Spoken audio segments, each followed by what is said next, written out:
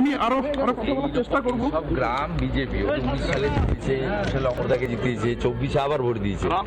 এরা এই সমস্ত ইয়াং ছেলেদেরকে, এরা ভারতীয় জনতা পার্টির সম্পদ। ভারত মাতা কি জয়, মোদিজি কি জয়, জয় শ্রীরামের ধ্বনি দিয়ে এরা গ্রামে গ্রামে বিজেপিকে শক্ত রেখেছে। এই একটা ছেলেকে পুড়িয়ে মেরে দিলে আরো 100টা ছেলে ভয়ে ঘরে ঢুকে যেত। পরিকল্পিত শিকল তুলে একটা শিক্ষিত গরিব ছেলে তার বাড়ি কুঁড়ে ঘরে আগুন লাগে। মুর্শিদাবাদে কেন্দ্রীয় বাহিনী যা পরিস্থিতি হচ্ছে রাজ্যে, মানে কেন্দ্রীয় বাহিনী, আমি ব্যক্তিগত মত আমার, এই সরকার এই পুলিশ রেখে পশ্চিমবঙ্গে কখনো এসআইআর যেমন অচলাবস্থা করেছে, ভোটও করতে দিবে না।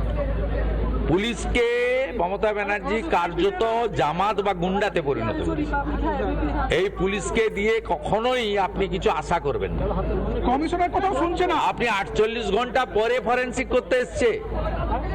আপনি ভাবতে পারেন এখান থেকে বাঁকুড়া শহরে পুলিশের ফরেনসিক টিম তো বাঁকুড়া থেকে এসছে না, দুর্গাপুর থেকে এসছে।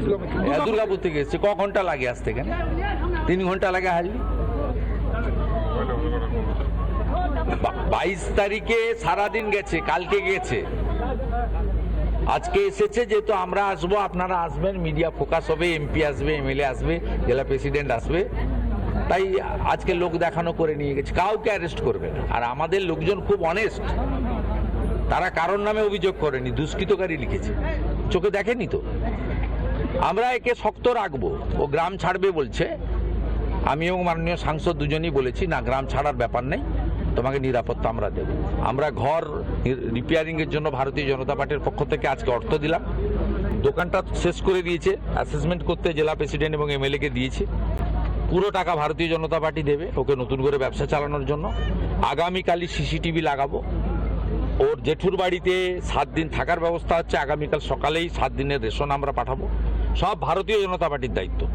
বিজেপি করতে গিয়ে তার এই অবস্থা হয়েছে। বিজেপি পুরো রেসপন্সিবিলিটি, যেটা আমাদের করার মধ্যে আছে। আসামি খোঁজার কাজ তো আমাদের নয়, পুলিশের। বাকিটা আমরা সবটাই করব, কমিট করে গেলাম।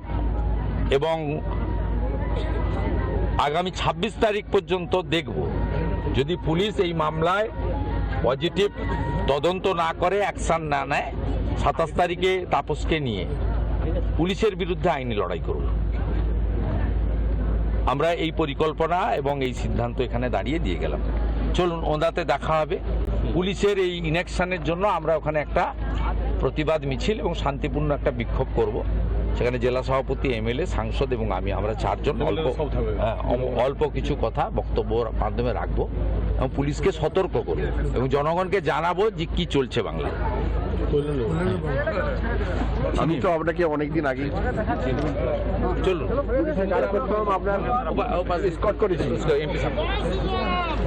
যে ছবি তুলে ধরলাম, বিরোধী দলনেতা শুভেন্দু অধিকারী তিনি গাড়িতে উঠছেন, তিনি ওন্দা থানার উদ্দেশ্যে রওনা দিচ্ছেন। এক্সক্লুসিভ যে ছবি আমরা রিপাবলিক বাংলায় গ্রাউন্ড জিরো থেকে তুলে ধরছি, তিনি গাড়িতে চেপে পড়েছেন, তিনি যাচ্ছেন ওদার উদ্দেশ্যে। সেখানে গিয়ে বিক্ষোভ কর্মসূচিতে তিনি অংশগ্রহণ করবেন এবং এখানে এসে তিনি যেটা বলে গেলেন যে 27 তারিখের মধ্যে পুলিশ যদি কোনো ব্যবস্থা না নেয়, তাহলে তাপস বারিককে নিয়ে পুলিশের বিরুদ্ধে আইনি পদক্ষেপ নিতে চলেছেন বিরোধী দলনেতা শুভেন্দু অধিকারী। তিনি কিন্তু হুঁশিয়ারি দিয়ে গেলেন যে 27 তারিখের মধ্যে যদি পুলিশ দোষীদের গ্রেপ্তার না করে, তাহলে তাপস বারিককে সাথে নিয়ে পুলিশের বিরুদ্ধে আইনানুগ ব্যবস্থা নেওয়ার বার্তা তিনি দিয়ে গেলেন।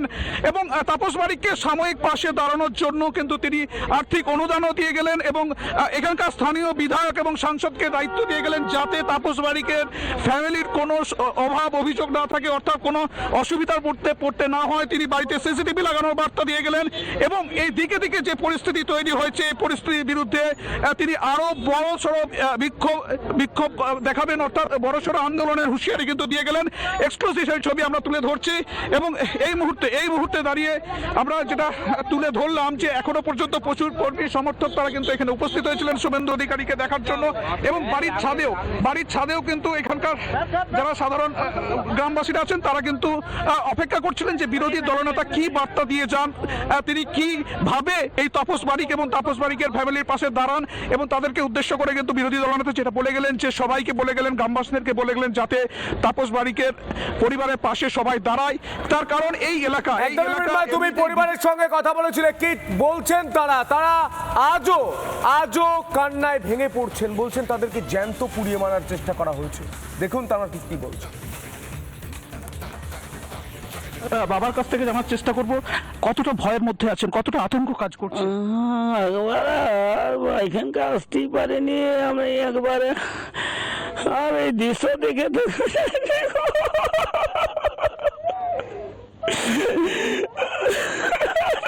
দেখতে পাচ্ছি আমাদের আর কিছু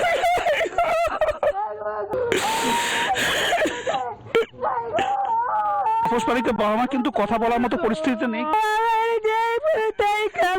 আমরা গাছটা কি করে কাটাবো গো?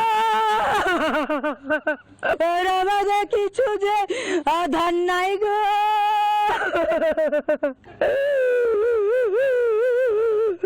তাপসবাড়িকে বাবার যে ছবিটা তুলে ধরছে, মাটিতে বসে থাকার মতো পরিস্থিতিতে কিন্তু শুয়ে পড়েছে। বাড়ির সামনেই কিন্তু মা কান্নায় শুয়ে পড়েছেন, কারণ বসে থাকার মতন পরিস্থিতিতেও নেই, এমন একটা মানসিক পরিস্থিতির মধ্যে রয়েছে। আমরা কোথায় থাকবো? আমরা বিচার চাই, আমরা আর কিছু চাই নাই গো।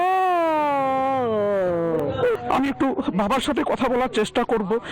পুলিশ তো নিয়ে যাচ্ছে, এখন কোনো ব্যবস্থা করেনি, দেখি কতদূর।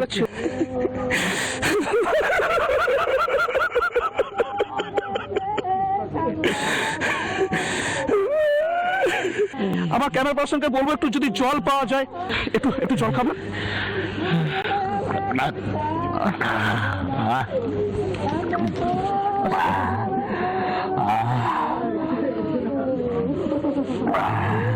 এই অন্যায় প্রতিবাদ করার জন্য আপনাকে কিন্তু উঠে বসতে হবে, লড়তে হবে, এবং এই অন্যায়ের প্রতিবাদ কি হয়েছিল প্রতিবাদ করার জন্য আপনাকে উঠে বসতে হবে, শক্ত হতে হবে, মানসিক লড়াইটা আপনাকে জিততে হবে। আপনার পাশে আমরা আছি। মা অঝটে কান্নায় ভেঙে পড়েছেন। আমি একটু মায়ের সাথে কথা বলবো। একটু জল খান।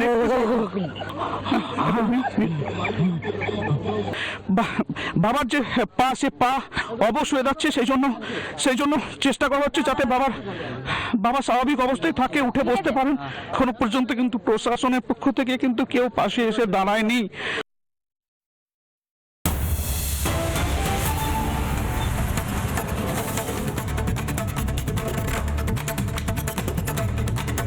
নানা ধরনের কন্টেন্ট দেখার জন্য লাইক করুন, শেয়ার করুন আমাদের ফেসবুক পেজ, সাবস্ক্রাইব করুন আমাদের ইউটিউব চ্যানেল। পাশাপাশি অন্যান্য ব্রেকিং নিউজের জন্য অবশ্যই চোখ রাখুন রিপাবলিক বাংলায়।